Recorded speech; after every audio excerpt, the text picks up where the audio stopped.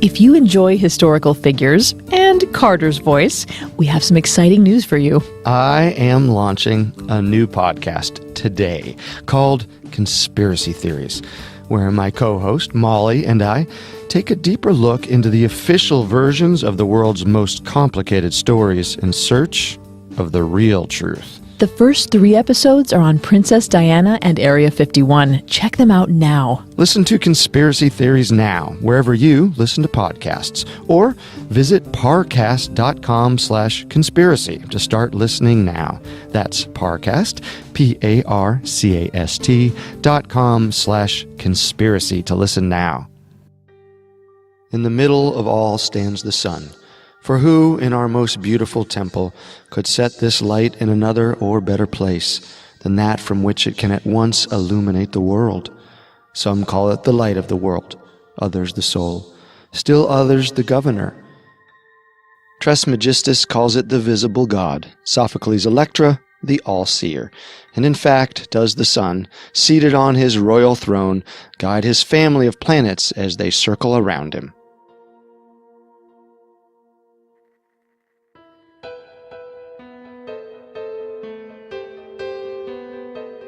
Hi, I'm Vanessa Richardson. And I'm Carter Roy. Welcome to Historical Figures. Every Wednesday, we discuss a different person's lasting historical impact, unique personality, and impression on the world around them. Our audio biographies cover big lives, but we like to focus on little-known facts. Today we're discussing Nicolaus Copernicus, a pioneering astronomer who proposed that the Earth and other planets orbit around the sun. It's hard to imagine now, but when Copernicus was born in 1473, the structure of the solar system was a complete mystery to scholars. There was no consensus on the order of the planets, the location of stars, or even the length of a year. There was only one thing that seemed indisputable. The Earth stood still and the sun circled around it. From the tall tower in Poland, where he lived and worked as a Catholic Church cleric, Copernicus looked up at the stars and knew there had to be a perfect order to the mysterious movements of the heavenly bodies. Driven by a hunger to understand the beauty of the cosmos, he spent his entire life working on a theory that would overturn every assumption astronomers before him had relied on and revolutionize the way humanity sees the universe.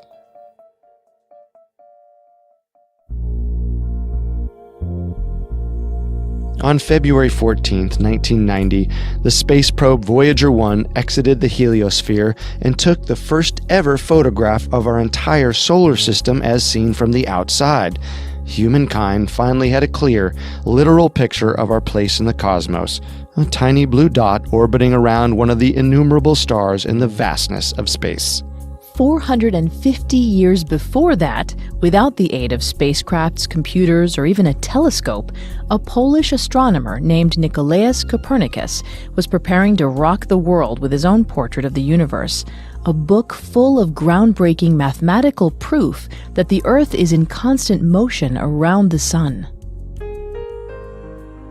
Before he became an astronomer, Copernicus spent his childhood in the frigid northern regions of Poland. In the 1450s, a copper trader named Nicolaus Copernicus from the mining village Koperniki moved to the city now known as Torun, Poland. Here he met Barbara Watson-Rode, the daughter of a city councilor.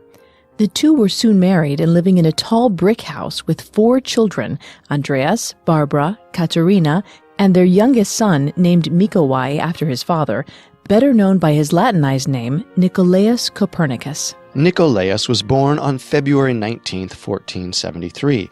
In superstitious medieval Europe, astrology was considered an accurate tool to predict the course of a person's life. People often consulted their horoscope before making major life decisions. The Copernicus family might have visited an astrologer for clues to their newborn son's fate.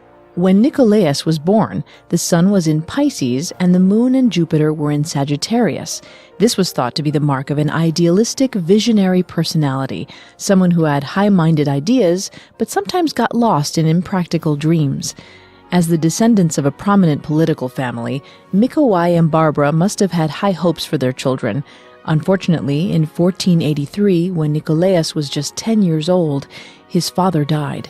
There's no record of Barbara's death, but it's possible she might have died even earlier, leaving the 4 children orphaned. Whatever became of Barbara, after Mikołaj's death, Nicolaus and his brother Andreas were taken in by their uncle, Lucas Vatsenrode the Younger, who was a Catholic Church cleric in a nearby city. Lucas took it as a personal responsibility to educate Nicolaus and Andreas and prepare them for a life in the clergy.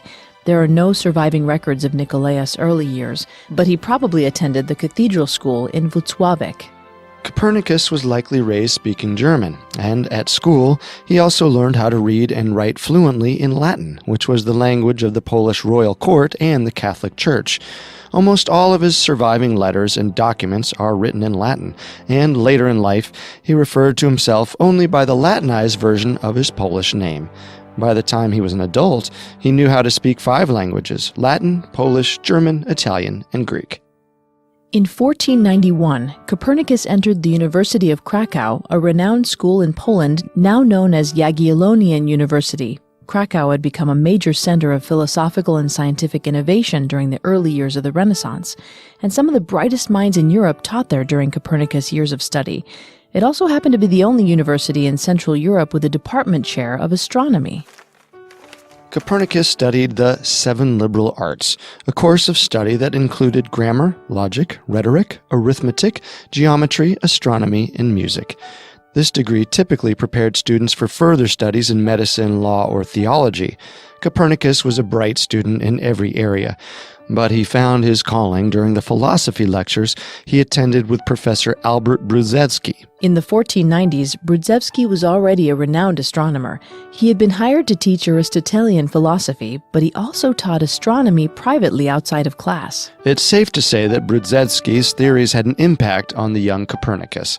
Brudzinski was one of the few scholars of the time who were skeptical of geocentrism, an astronomical model that puts Earth at the center of the universe. In the 15th century, there were 2 models for how the universe might be constructed. The first model, proposed by Aristotle, held that the planets were carried around the center of the universe in invisible spheres that fit together perfectly with no gaps between them. This model couldn't account for the fact that the planets varied in brightness at different times in the year, since it assumed that they were always the same distance from the center of the universe, that is, the same distance from Earth. The other model, proposed by the astronomer Claudius Ptolemy, adjusted Aristotle's theory by allowing that some of the planets could be moving in off-center circles so that they weren't always at the same distance. But this explanation was still unsatisfying, since it broke the most basic rule of astronomy, that all the motions of the planets must be circular and uniform. Beyond that, astronomers couldn't agree on the order of the planets. It was generally agreed that the Moon and Sun circled the Earth, and the other planets, Mars, Jupiter, and Saturn, were somewhere past the Sun, but no one could agree on where the other 3 planets lay. There had to be an explanation that made it all fall into place.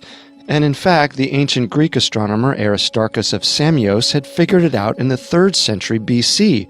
The planets all revolve around the Sun, not Earth. But Aristarchus' writings were lost in antiquity. His legacy remains only through a handful of references to him in other ancient works, most of which weren't available to European scholars in Copernicus' time. An early manuscript of Copernicus' work briefly mentions that Aristarchus of Samios was of the opinion that the Earth is mobile. He had probably seen a cryptic reference to Aristarchus in an ancient philosophy book by Plutarch. But it's unlikely that specific details of Aristarchus' theory were accessible to Copernicus or any other academics at the time. European astronomers were in the dark, unaware of the advancements that had been made before them. When Copernicus started studying at the University of Krakow in 1491, he was immediately intrigued by what he learned in his astronomy classes. He saw something irresistible in the mysterious order of the cosmos. In the 15th century, the study of the stars was something akin to religion. Astrology was used to predict everything from the weather to the rise and fall of kingdoms. By understanding the order of the heavens, it was believed one could understand the order of the past, present, and future of life on Earth. The general consensus among scholars was that the Earth was comprised of 4 elements: earth, air, fire, and water, and the sky was made of something entirely different, a substance called ether, which was perfect and eternal. Philosophers didn't believe the Earth was at the center of the universe because humankind was special or important. Rather, they thought the Earth was too perishable and imperfect to be a part of the perfect heavens. The Earth belonged in the very bottommost pit of creation, while the sun and stars circled high above it. Astronomy, then, was the study of something intrinsically more perfect than nature or humanity. For all the hard science and calculation involved in his work, Copernicus was driven by something intangible, divine beauty. He once wrote, quote, "What could be more beautiful than the heavens, which contain all beautiful things?" But, like his professor, Copernicus was unsatisfied with the arrangement of heavenly spheres the ancients had laid out. He was determined to put the planets in their proper order and prove the system of planets to be more perfect than anyone could have imagined. Now, here's something we're proud to share with you. I am so excited to announce that I have a new podcast coming out called Conspiracy Theories. Carter and his co-host Molly use captivating storytelling and grounded research to investigate some of the world's most complicated and controversial events. Plus, it is a Parcast podcast, so you know it'll be great. Oh, thanks, Vanessa. Molly and I are on a search for the truth, the real truth. We discuss complex events and shed some light on the possible secrets behind each story. The first 3 episodes came out today on Princess Diana and Area 51. They were great. A new episode comes out every Wednesday, so there are plenty more exciting episodes to look forward to. Thank you for your support. Listen to Conspiracy Theories now, wherever you listen to historical figures, and search for Conspiracy Theories. Or visit parcast.com/conspiracy. That's Parcast, PARCAST.com/conspiracy. In 1495, while Copernicus was still in college, his uncle Lucas Vatsanrode was elected Prince Bishop of Varmia. In the Holy Roman Empire, most government positions were held by Catholic clergy members. A prince bishop was a Catholic bishop who also served as the political governor of a territory. Lucas was now the ruler of 1/3 of the Diocese of Varmia. He knew what a brilliant mind his nephew had, and he had plans to groom Copernicus as his political successor. When he was 22, Copernicus left the University of Krakow for a position on his uncle's court. But if he wanted to climb the church's political ranks, he would need an education in canon law. Lucas sent Copernicus to Italy to study at his own alma mater, the prestigious University of Bologna Law School. Copernicus and his brother Andreas spent months traveling on foot across the Alps to get to the university. In addition to canon law, Copernicus continued studying astronomy. He was encouraged by a new professor, Domenico Novara. Novara was also skeptical of Ptolemy's astronomical theories, and he had already begun his own research to formulate a new theory. In the nights between his law classes, Copernicus worked with Novara, charting the positions of planets and stars over the course of several years. Copernicus became more convinced than ever that there was a serious flaw in Ptolemy's theory. With more observations and calculations, he was sure he could figure out what it was. But soon Copernicus was once again called to other duties. After 4 years of studying in Bologna, he was called to Rome to lecture on mathematics. At the same time, he was working as an apprentice at the Papal Curia, the administrative center of the Catholic Church. It was an exciting time to be in Rome. Leonardo da Vinci and Michelangelo were both living in the city, though we don't know if Copernicus ever met either of the men. He had the chance to observe a lunar eclipse in November of 1500, but between his 2 jobs, he didn't have much time to dedicate to his true passion, astronomy. The next year, Copernicus left Rome for a short visit to his family in Varmia. He was almost finished with his canon law degree. He convinced his uncle's court to grant him an extension of his study period to return to school once again and study medicine. Poland was in desperate need of more doctors, and this would allow him several more years of studying before he had to start his time-consuming work as a cleric. He chose to go to the University of Padua, one of the best medical schools in Europe. Upon his enrollment, it became clear that Copernicus had no real intention of making a career as a physician. Alongside his medical classes, he took philosophy, classical literature, and Greek, all of which allowed him time to study classical texts on astronomy by Plato, Cicero, and Plutarch.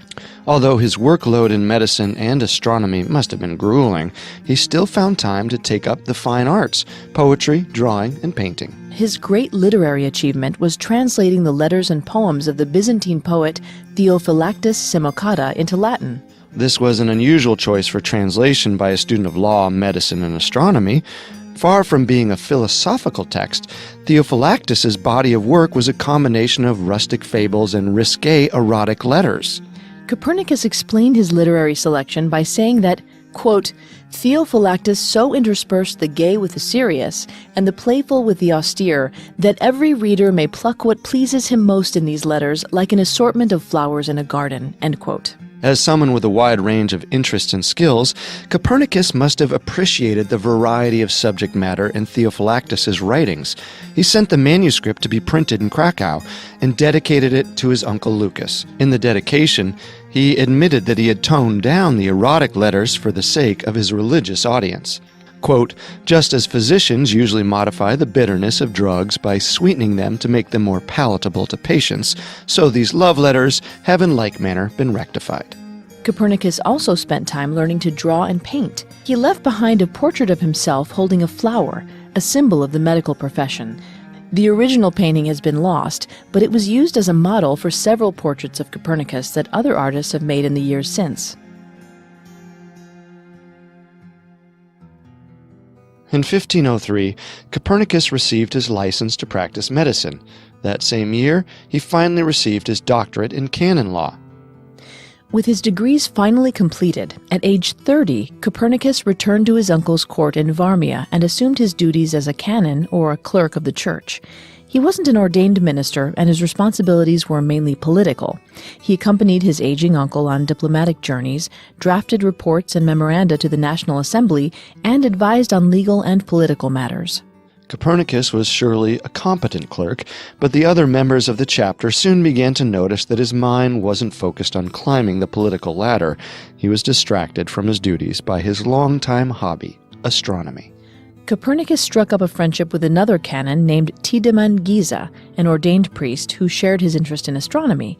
Giza encouraged Copernicus to share the theories he had been forming over the course of his studies. In 1510, Copernicus wrote out a brief overview of the idea that would revolutionize astronomy. Earth and the other planets orbit around the sun. This model of the universe came to be known as heliocentrism, from the Greek word for having the sun at the center. How did Copernicus jump to this conclusion? He had been focusing on the uncertainty among scholars about the locations of the planets. If it was assumed that Mars, Jupiter, and Saturn orbited around Earth, there was no mathematical model to explain why the brightness of the planets changed throughout the year. Astronomers couldn't agree on how far each of the planets were from the Earth, because the measurements and movements just didn't add up. But if the equation was shifted so that the sun was at the center and the Earth was in motion around it, the order of the other planets easily fell into place. Copernicus wrote, quote, what appear to us as motions of the sun arise not from its motion, but from the motion of the Earth and our sphere, which revolve around the sun like any other planet, end quote. He proposed that the Earth rotated on an axis once a day and revolved in a circular orbit around the sun once a year. Copernicus anticipated that his theory would raise several new problems for astronomers. The most obvious question was how anything can stay tethered to the Earth if it's constantly spinning at a rapid pace. Isaac Newton wouldn't propose his theory of gravity for another 177 years. Another issue was philosophical. Copernicus had made the decaying Earth into a part of the heavens, where everything was supposed to be perfect and imperishable. The old notion of the four earthly elements and the heavenly ether would have to be tossed out along with the old theory of an Earth-centered universe. There was also the problem of the absence of parallax, or displacement, between the stars. If the Earth was moving around the sun, the stars should appear closer together or farther apart at different times during the year, but they always appeared to be the same distance in relation to each other. Copernicus explained this away by proposing that the stars were too far away from the Earth and the sun to show any observable parallax. Quote, so vast, without any question, is the divine handiwork of the most excellent Almighty, end quote. The universe was bigger than anyone had ever imagined before. In 1510, Copernicus sent a copy of his overview to a few trusted correspondents, but he hesitated to publish it. He knew he would face backlash from the public if he proposed such a world-rocking theory without adequate proof to back it up. The concept of a spinning Earth flew in the face of every established astronomical doctrine. And, sure enough, when the gossip about Copernicus' theory got out, he was mocked by scholars and laymen alike. A common joke spread that Copernicus had mistaken the Earth for a side of beef, put it on a spit, and roasted it around the sun's fire. He knew he would have to work harder if his theory was ever going to be believed. In 1513, when Copernicus had just turned 40, he began constructing a patio in the garden outside his house at Varmia, where he was still working as a church cleric. The paved platform gave him steady ground for his astronomical tools and an unobstructed view of the sky. He continued his work as a canon during the day, and at night he went out to map the paths of the stars. The next spring, he purchased living quarters inside the cathedral, a 3-story tower where the top floor was covered with windows, perfect for his observations. He stayed up in his tower all night, watching the stars, drawing diagrams, and reading. The full text of Ptolemy's astronomical work Almagest had just become available in Latin for the first time, and Copernicus devoured his copy, covering the margins with notes and diagrams. That year, the Fifth Lateran Council met to discuss reforming the calendar. The system of 365-day years was off by some small degree, and over the course of centuries, the dates had shifted so severely that winter holidays were now taking place in the middle of the summer. Well, something had to be corrected, or the months would continue to misalign from the seasons. Copernicus was invited to speak to the council, but he didn't attend. He said his opinion was that mathematics were written for mathematicians. He didn't have the time to explain the precise calculations of the year's length to a group of clergymen who didn't even understand trigonometry. Fixing the calendar would have to be someone else's responsibility. But Copernicus couldn't ignore public issues entirely. In 1516, he was granted a new post at Allenstein Castle, where his duties as a clerk, advisor, and diplomat became even more. He soon became wrapped up in the issue of coinage. The government had begun minting new coins that were smaller and therefore of less material value than the old coins, and it had thrown the value of currency into massive depreciation. Copernicus wrote a treatise to the Prussian government, explaining that the government shouldn't have minted new coins with less value while the old coins were still in circulation. He recommended that the mints be consolidated into a single place for the entire country, and that as soon as new currency is introduced, the use of old coins should be prohibited. Unfortunately, the Prussian government ignored his advice, but his theories on currency were revisited by later economists, including Karl Marx, John Maynard Keynes, and Adam Smith.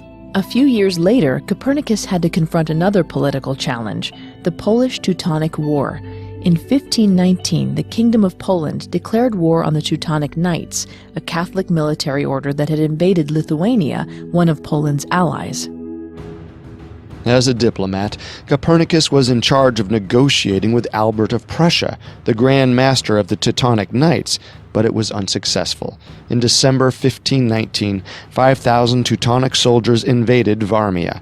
They burned the city of Fromborg to the ground, and their next target was the castle at Allenstein. Copernicus was put in charge of defending the castle. He wrote to the king for military assistance and prepared fortifications and supplies for the oncoming attack. The Teutonic Knights arrived at the castle in January 1521 with twice as many soldiers as the Polish defense had rounded up. They demanded that the Polish surrender, but Copernicus refused. After 10 days of intimidation, the siege began.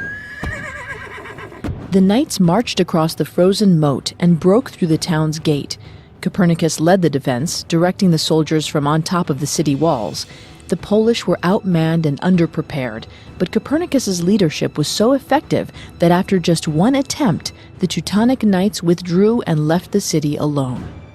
When Copernicus could find spare time away from his public duties, he continued working on his theory of the universe.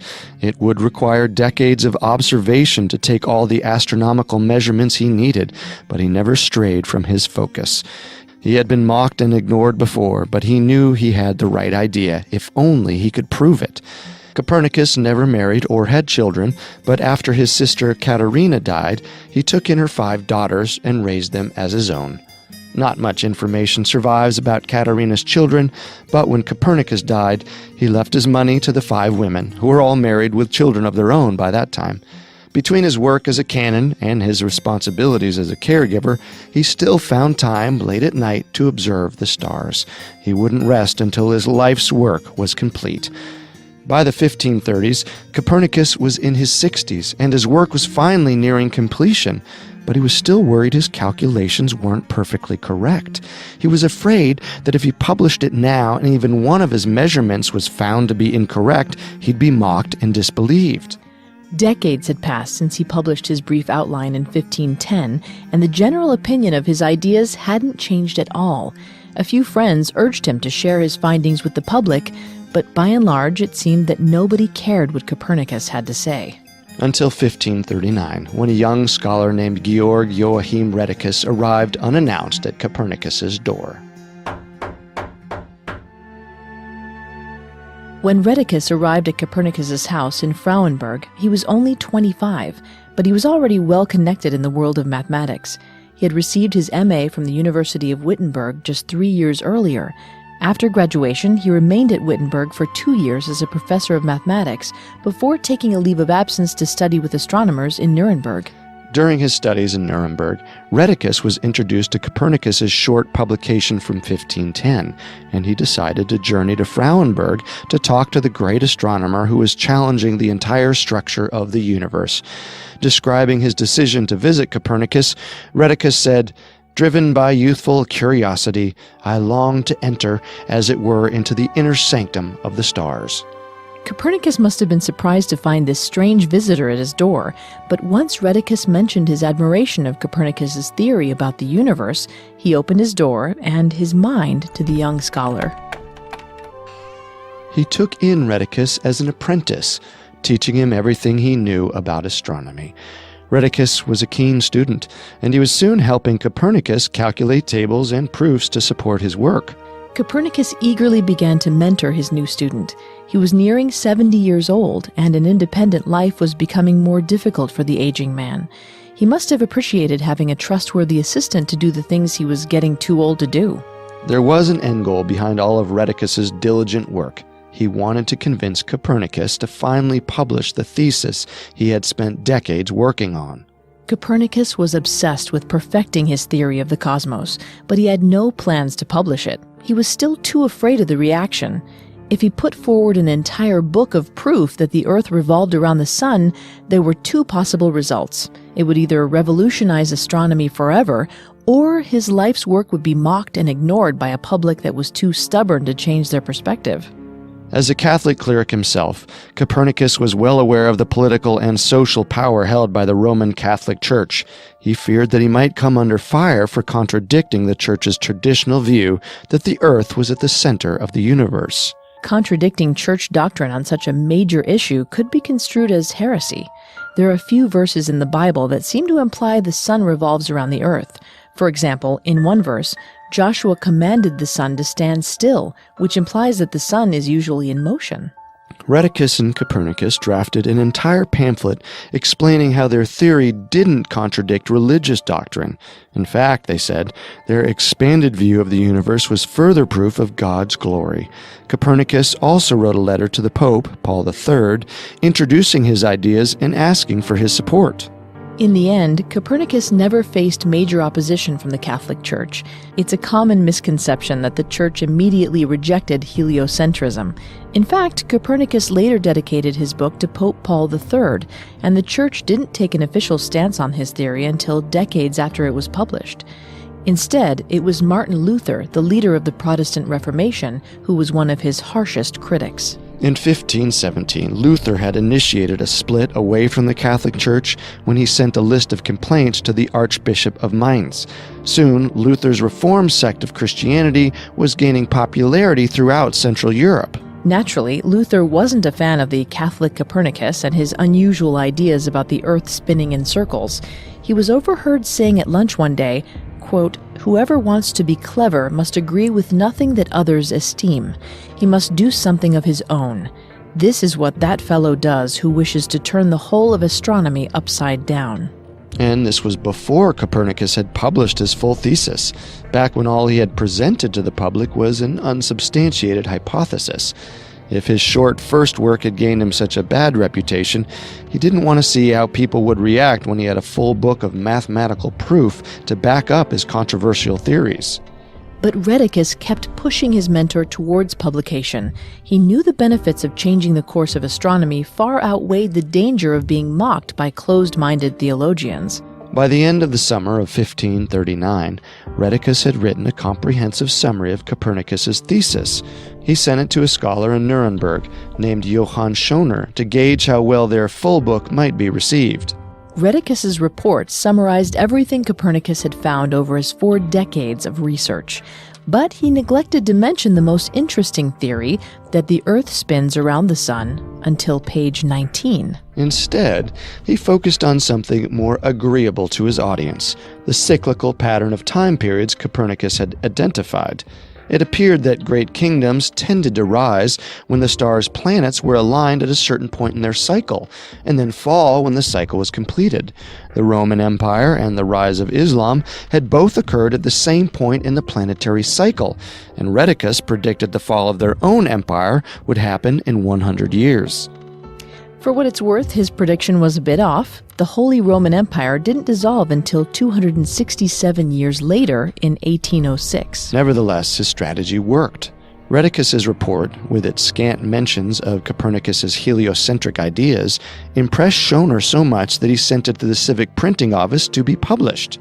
This time, the reception was much warmer than Copernicus's previous publication.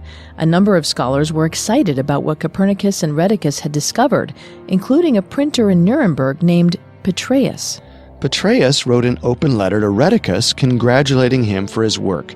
He was eager to see more details, and he encouraged Rheticus and Copernicus to publish a more comprehensive work.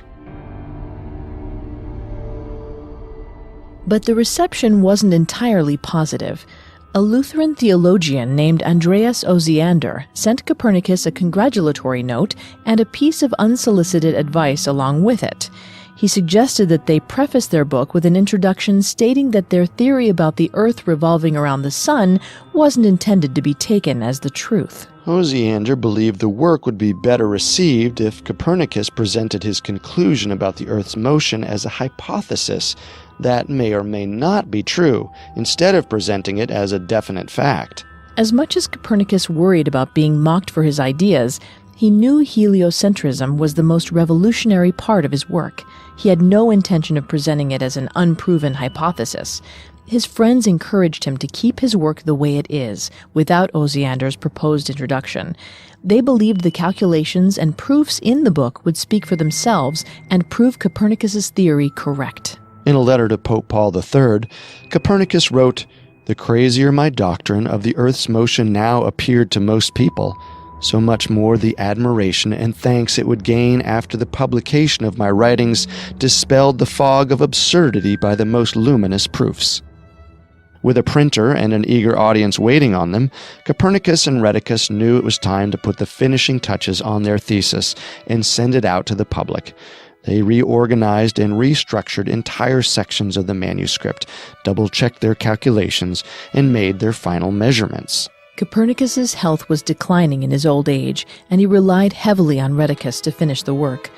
Finally, they gave the book a title, De Revolutionibus, which translates to On the Revolutions. Finally, in 1542, Copernicus put the manuscript in Rheticus's hands and told him, as Rheticus later recounted, quote, to carry on and finish what he, prevented by old age and impending death, was unable to complete by himself. Copernicus was 69 now, and he was too weak to make the journey to a city where the book could be published. Rheticus took the manuscript with him to Nuremberg to be printed at Petreius' office. He oversaw the printing process, proofreading each page as the type was set. He hovered over the press for months, making sure everything was exactly as Copernicus would want it. But in October, Rheticus was called off to a teaching position at the University of Leipzig. He departed from Nuremberg and left the proofreading to a good friend of the printer Petreius, Andreas Osiander. Meanwhile, Copernicus was at home, waiting to see his life's work completed.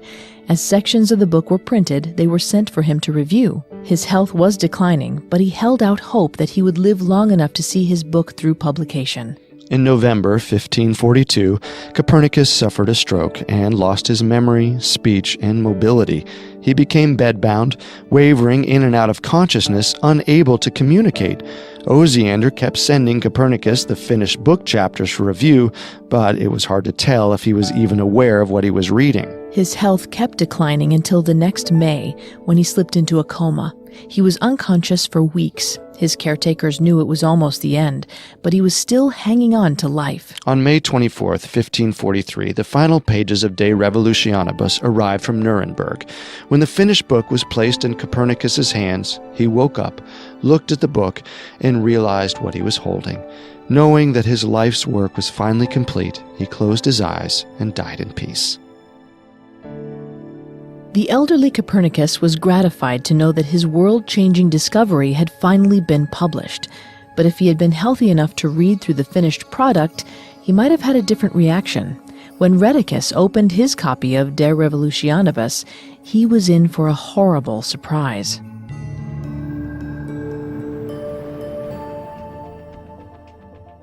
Although Osiander had argued with Copernicus and Rheticus over the best way to present their theory, Rheticus had still trusted Osiander's ability to oversee the book's printing, but now he was starting to regret that trust. The problems began on the title page. The title had been changed from simply De Revolutionibus to De Revolutionibus Orbium Coelestium, or On the Revolutions of the Heavenly Spheres. This small change in wording shifted the focus from the movement of the Earth to the movement of the planets and stars. After the title page was a letter to the reader that was similar to the introduction Osiander had proposed to Copernicus. The unsigned letter, appearing to be from the author himself, made it clear that the hypotheses in the book weren't meant to be taken as facts, and suggested that the true structure of the universe could only be understood through divine revelation. So far as hypotheses are concerned, it read, let no one expect anything certain from astronomy, which cannot furnish it, lest he accept as the truth ideas conceived for another purpose, and depart from this study a greater fool than when he entered it. Rheticus was livid. He assumed it was Osiander's handiwork, and he threatened to, quote, so maul the fellow that he would mind his own business and not dare to mutilate astronomers any more in the future. But there was no way to prove that Osiander was responsible for the unauthorized changes. The only recourse they had was to blame the printer, Petreius. Rheticus leveraged every government connection he had to convince the Nuremberg Senate to issue a formal complaint against Petreius for altering the text. But Petreius denied making any changes to the text that Rheticus had given to him. He pled his innocence in such strong words that the Senate secretary asked that his harsh language be, quote, omitted and sweetened before they sent it to the bishop. In the absence of any proof, Petreius wasn't prosecuted. There was nothing Rheticus could do to demand a reprint, but he crossed out the letter to the reader with a big red X in every copy of the book that passed through his hands.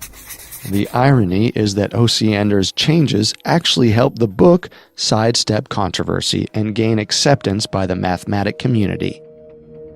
In the early years after its publication, most astronomers and mathematicians ignored Copernicus's theory of heliocentrism, but they hailed the technical sections for their precise new method of calculating astronomical movements. His proofs were so well researched that no one could doubt their credibility.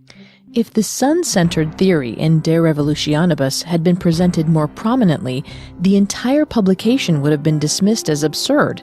But presented as a purely theoretical text, some scholars gave Copernicus a fair chance and found that his calculations were correct, even if they disputed his conclusion about the Earth's motion. Apart from Rheticus, few 16th century scholars dared to defend Copernicus's heliocentric theory until 1610, when Galileo Galilei conducted his own experiments with a telescope and found new, observable evidence that strengthened the idea that the Earth and planets revolved around the sun. Almost 70 years after his death, Copernicus was in the spotlight once again. Galileo fervently defended himself against attacks from theologians and astronomers who maintained that the Earth was the center of the universe. Copernicus himself hadn't faced significant backlash from the Catholic Church, but by Galileo's time, the heliocentric system had gained enough notoriety that the Church had to decide whether to support it or join the Protestants in condemning it. In 1616, the Catholic Church finally issued an official judgment on the Copernican system. It was found to be false and contrary to Scripture, and De Revolutionibus was banned. Despite all the proof Copernicus and Galileo had brought forth, the mainstream refused to accept the fact of the sun-centered universe. Around the same time, the German astronomer Johann Kepler was devising a heliocentric theory that improved the Copernican model. He observed that the orbit of the planets wasn't a perfect circle, but an ellipse. Following from that, the sun wasn't at the geometrical center of a circular orbit, but rather it was the focal point of an elliptical orbit. Kepler's discoveries built on what Copernicus had found to help astronomers understand the structure and movements of the solar system. As science advanced over the centuries, Copernicus's vision of a sun-centered universe was proven an undeniable truth. The theory presented in De Revolutionibus changed the way we conceptualize the universe around us and put humanity on the path to understanding the structure of the solar system. But perhaps the most significant scientific contribution Copernicus made was setting a new standard for scientific proof. The level of thought and detail he put into his work was unprecedented at the time. Unsatisfied with the holes in the theories of previous astronomers, he labored until he had a unified, comprehensive theory of the universe that was supported by pages of proofs and decades of observation. Although it took the work of generations of later astronomers to perfect the laws of Copernicus's universe, the system he proposed was more thorough and complete than the systems presented by Aristotle or Ptolemy. Copernicus set a new criterion that any later astronomical work would have to meet to be considered adequate. Living today, it's hard to imagine how severely Copernicus rocked humanity's perception of the universe around us. For as long as human society had existed, it was generally accepted that, for better or worse, our world had a special and significant place in creation. The consequences of removing the Earth from the center of everything extended far beyond astronomy into philosophy, theology, and culture at large. In 1808, the German writer Johann Wolfgang von Goethe wrote, quote, "Of all the discoveries and opinions, none may have exerted a greater effect on the human spirit than the doctrine of Copernicus. The world had scarcely become known as round and complete in itself when it was asked to waive the tremendous privilege of being in the center of the universe. No wonder his contemporaries did not wish to let all this go." But if Copernicus's discovery minimized the importance of humanity in the universe, it opened the door for endless possibilities to explore the great beyond. His model of the solar system was the gateway to every further advance in astronomy, space travel, the discovery of other planetary systems and galaxies, and even the possibility of life on other planets. If the Earth is only a tiny planet in a vast universe full of distant stars, it's not only possible, but probable that there are other intelligent life forms that are just as insignificant as we are. Perhaps someday we'll encounter another civilization that once again changes our perception of the universe. Copernicus's lifelong quest to understand the structure of the solar system revolutionized astronomy. Even though he didn't live to see the influence his work had on the world, he must have died satisfied knowing that after a lifetime of gazing at the night sky in wonder, he had finally unlocked the secrets of the heavens. Thank you for joining us for another episode of Historical Figures. If you want to listen to any previous episodes of Historical Figures, you can find them all on Apple Podcast, TuneIn, Google Play, SoundCloud, Stitcher, and Spotify, or on our website, parcast.com, spelled Parcast.com. A new episode drops every Wednesday, but if you subscribe, you don't have to remember that. If you like what you hear, please leave a 5-star review or tell us what you think on social media. We're on Facebook and Instagram as @Parcast and Twitter @Parcast Network. It seems simple, but it really helps our show. And once again, thank you for listening. Historical Figures was created by Max Cutler. It is a production of Cutler Media and is part of the Parcast Network. It is produced by Max and Ron Cutler, sound designed by Ron Shapiro and Kenny Hobbs, with production assistance by Maggie Admire and Carly Madden. Historical Figures is written by Kate Gallagher and stars Vanessa Richardson and Carter Roy. Now that you've finished this episode, be sure to check out the first 3 episodes of my new podcast, Conspiracy Theories. New episodes are released every Wednesday. Check out episodes now on Princess Diana and Area 51. Be sure to subscribe so you don't miss a single show.